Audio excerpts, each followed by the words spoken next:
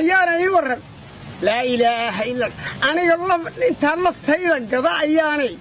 oon koobiyaa siyaad ku xasiin lahaa habartay allah iga qaado weligaanu beenima sheegayaanay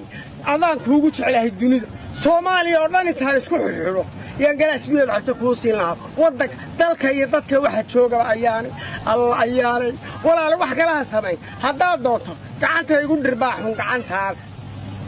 arnay ku xanuuntaa meeha igu dhirbaax waayo walaal waan soo yaraynaa hadalkaagaa baraashina araggaagaa waan soo socdaa kowdhe waxna waan sidaa labadhe waan soo socdaa kowdhe